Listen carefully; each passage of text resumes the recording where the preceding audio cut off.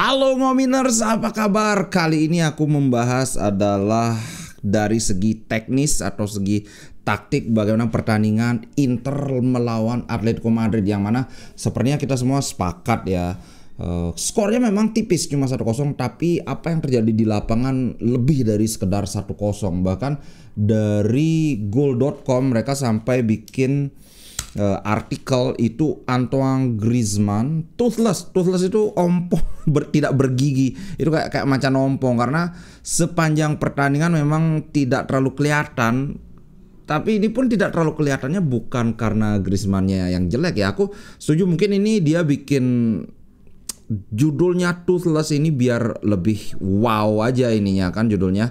Nah, dia bilang gini, mana itu, ketika bahwa masalah utama dari Griezmann itu adalah, nah ini, gelandang serang ini secara konstan berusaha mencari ruang untuk bisa dia beroperasi atau menciptakan peluang, tapi sangat sedikit yang dia temukan. Bahkan di akhir pertandingan, walaupun dia akhirnya diangkut keluar karena cedera kan, dia hanya berhasil membukukan 2 sentuhan saja di dalam kotak penalti Inter Milan. Kalau kawan-kawan lihat di sini, memang peluang dari Atletico Madrid itu sangat sedikit. Ini kawan-kawannya sudah tahu ya, shot on target mereka 0. Tapi sebenarnya peluang yang ada dari dalam kotak penalti itu ada lumayan 4. Cuman setiap 4 ini adalah paling cuma 1 aja yang cukup berbahaya, itu pun meleset. Jadi ini yang harus kita bedakan, walaupun mereka tidak ada shot on target, bukan berarti mereka tidak punya peluang berbahaya, karena ada istilahnya, menurutku ini lebih relevan daripada shot on target, yaitu big chances. Mereka ada 2 big chances yang walaupun meleset dari gawang, menurutku ini adalah peluang yang bagus. Cuman ya salah mereka sendiri aja. Shootingnya melebar kan, entah melebar entah ke atas itu.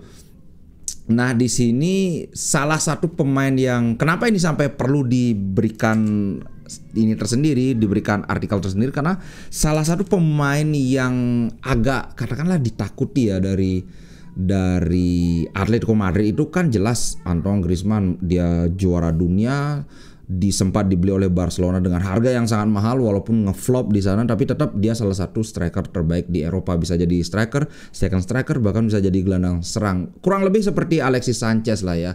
Di sisi lain malah Arnautovic, yang ini aku bilang kemarin kan, ketika ada yang bilang, wah ini Inzaghi melakukan kesalahan dengan memasukkan Arnautovic. Aku dari awal bilang bahwa Arnautovic itu mainnya bagus dia, tapi memang finishing dia itu bapuknya luar biasa. Tapi kalau kita secara fair menilai positioning dia, kemudian umpan-umpan yang dia berikan, bagaimana dia memantulkan bola ketika diberikan bola panjang atau bola lambung, dia tahan itu bola, dipantulkan kembali entah ke gelandang tengah atau ke Lautaro.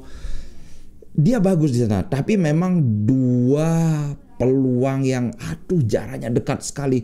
Selain dekat, dia itu cuma ada gawang dan kiper. Bahkan yang ketika dia, sebenarnya aku pingin banget ini kan tampilkan, tapi nggak bisa karena copyright kan.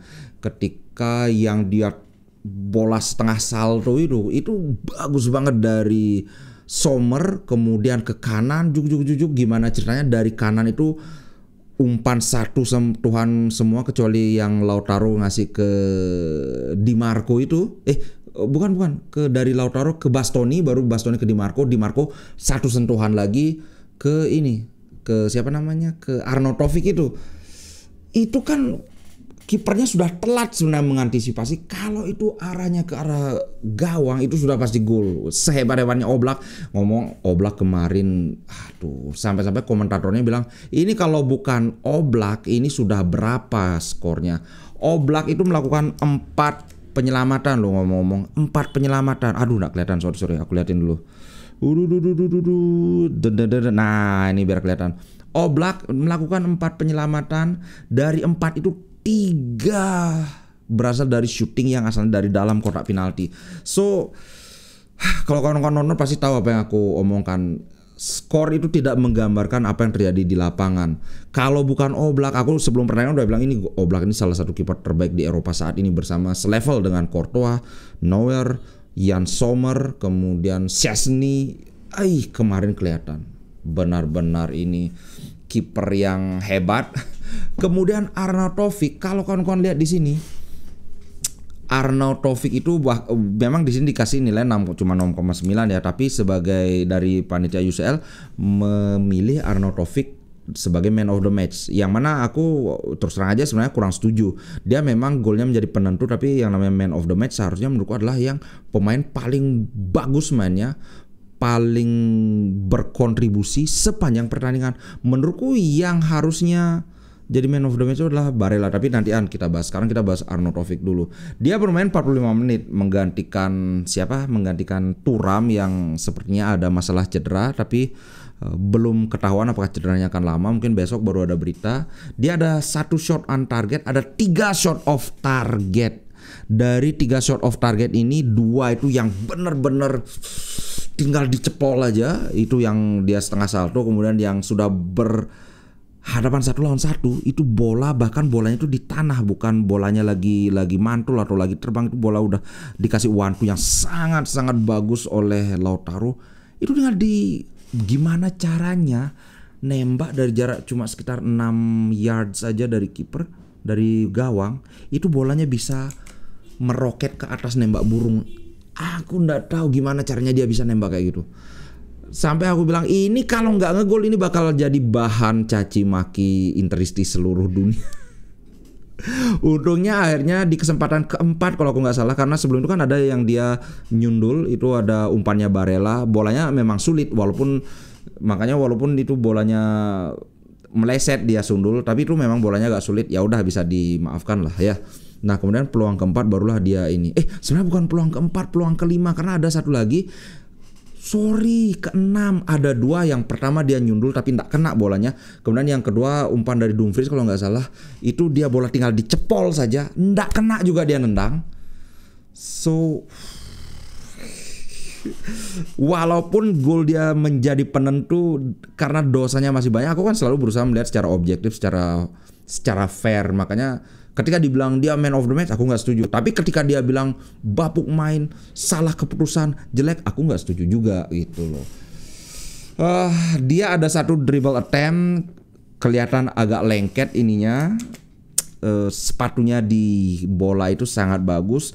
Duel udara ada 3, dia memenangkan 2. Duel darat, duel di tanah itu 3-3-nya dia menang. Ini kenapa aku menunjukkan ini, bahwa kemarin aku bilang, aku kan membantah ketika ada kawan yang bilang wah ini salah, ini Inzaghi, harusnya bukan Arnautovic.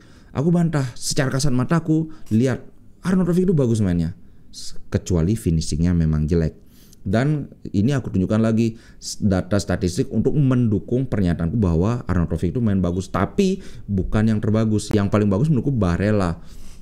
Di sini Barella itu dia diberikan nilai 7,9, paling besar di antara pemain Inter nih, 7,9. Dia itu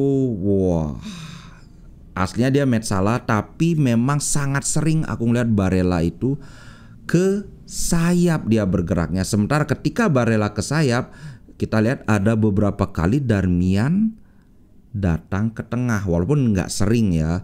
Cuman ini mungkin sebagai ini yang namanya inverted wingback ya, bergeraknya ke tengah. Bergerak ke tengahnya itu bukan cutting in ke dalam kotak penalti, tapi di lapangan tengah dia dari sini. Nah, ini yang namanya inverted. Barella secara statistik sangat mengesankan menurutku, 97 sentuhan, hampir 100 loh ini. Kemudian dia ada 4 crossing, 50 setengahnya itu dia berhasil tepat sasaran. Ada long ball, 4 long ball juga, 3 tepat sasaran. Terutama kalau kawan-kawan ingat di sekitar awal babak pertama ketika dia kasih early cross ke arah Thuram, tapi kemudian sentuhannya Thuram itu mentalnya terlalu jauh. Aduh, coba itu langsung ditembak aja udah gol itu babak pertama. So bagiku jelas Nicolo Barella, dia berduel 7 kali, menang 5 kali. Kemudian duel udara pun ini tidak biasanya dia banyak menang duel udara. Dia memenangkan 2 dari 3 duel udara. Kemudian dia ngeblock shot, ada intercept, ada melakukan tackle juga. Benar-benar secara bertahan, secara menyerang Barella sangat the best. Kalau boleh pilih di antara trio itu yang paling jelek menurutku Mkhitaryan. Entah apa yang terjadi dengan Mkhitaryan, dia menurutku sudah tepat sekali Inzaghi mengganti dia di menit keberapa ya? Menit menit ke 72, sorry. 86% akurasi passingnya. Ini 86% kan cuma selisih 81% aja dibandingkan Barella kan. Tapi sebenarnya ini lebih parah dari ini. Kenapa? Karena passing dia yang salah itu adalah passing yang seharusnya sangat menentukan gitu. Menyerang sayakan. Aku jadi ingat omongannya Pak Mahfud. Umpan-umpan yang final pass di final third di sepertiga akhir lapangan itu banyak sekali dia salah umpan. Aduh Miki, tapi ya namanya come on man, setiap orang ada hari baik ada hari buruknya. Mungkin ini lagi off day-nya Mkhitaryan, wajar saja. Kemudian Hakan beberapa kali dia memang salah umpan tapi tidak separah, menurutku tidak separah Mkhitaryan. Hakan diberi nilai 7, ya 7,3 sounds about right. Mungkin 7,2, 7,3 oke lah. Tapi aku setuju banget di sini 7,9 itu Barella dengan nilai tertinggi di antara semua pemain Inter, aku setuju banget. Kemudian yang ingin aku bahas juga Darmian, aku tidak akan bilang Darmian jelek ya. Mungkin kemarin tuh yang paling jelek mainnya Yann Sommer. Tapi at least Yann Sommer itu kemarin tidak seperti sebelumnya saat lawan Salernitana dan saat lawan Juventus dia benar-benar ngopi. Kemarin tuh dia at least pura-pura kerja dia. Iya, dia pura-pura kerja. Terbang sana kemari, lompat sana kemari walaupun bolanya out. At least dia berusaha. Tapi namanya tidak ada shot on target. Jadi save dia 0.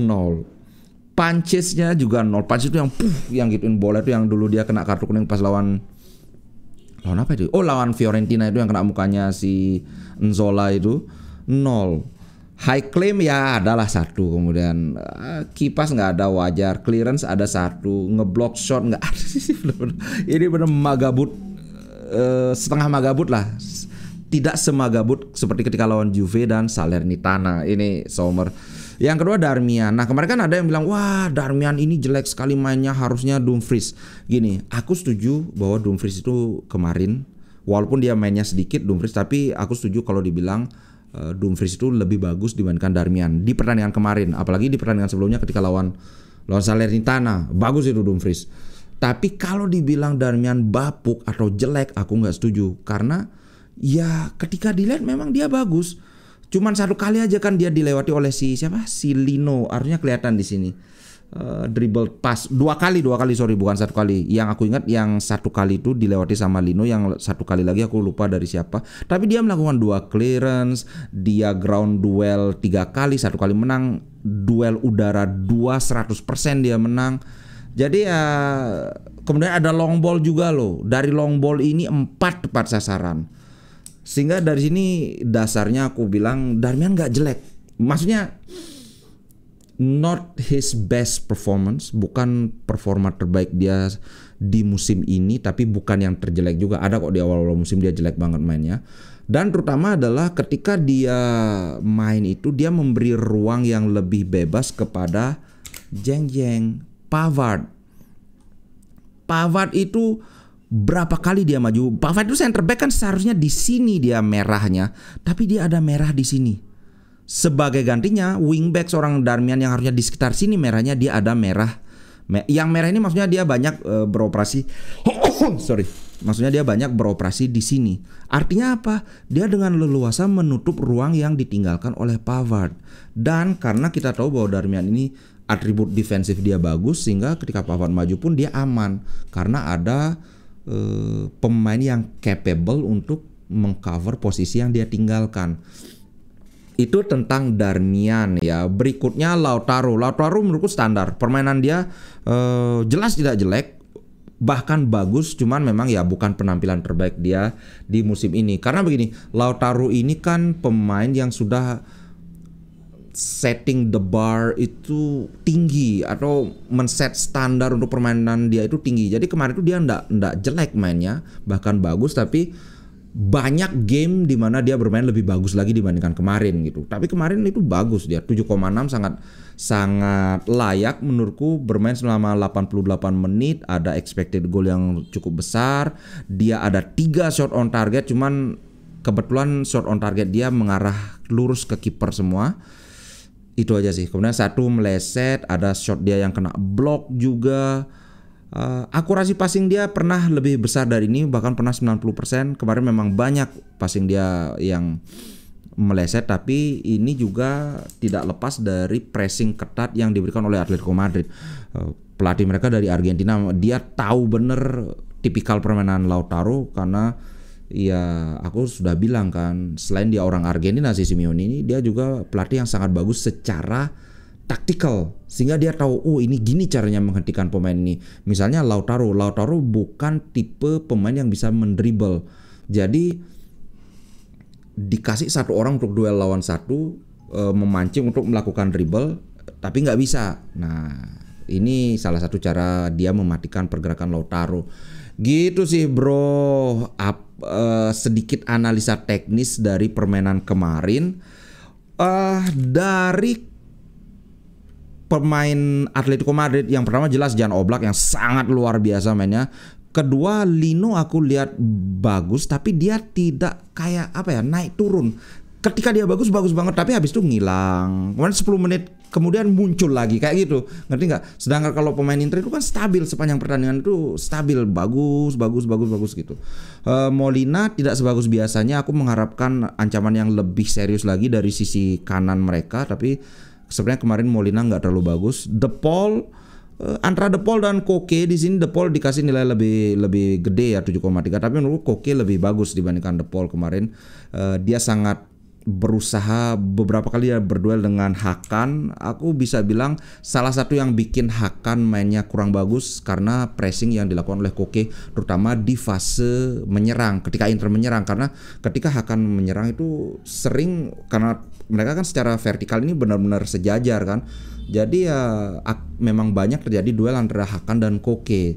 Dan ya ini si Koke ini mainnya bagus, dia yang bisa bikin tekanan pada Hakan sehingga Hakan tidak sebagus biasanya. Itu guys, sepertinya ya secara kesimpulan lagi-lagi skor itu harusnya bukan 1-0. Di pertemuan kedua di kandang Atletico Madrid, kalau Inter bisa bermain seperti biasa, kita memang unggul 1-0, tapi nggak usah main bertahan, cukup bermain sesuai identitas sepak bola Inter Milan yang kita sudah punya style tersendiri, sudah diperhitungkan sekarang sebagai salah satu kekuatan sepak bola yang besar di Eropa. Menurut kita datang nanti ke kandang Atletico bermain dengan sepak bola khas Inter, peluang itu sangat terbuka lebar. Kita nggak boleh nggak boleh jumawa, nggak boleh sombong, tapi kita realistis. Peluang kita itu sangat besar. Begitu sih bro. Terima kasih untuk kawan-kawan yang udah nonton. Silahkan like, komen. Sampai jumpa di konten berikutnya. Ciao guys. Terima kasih sekali lagi.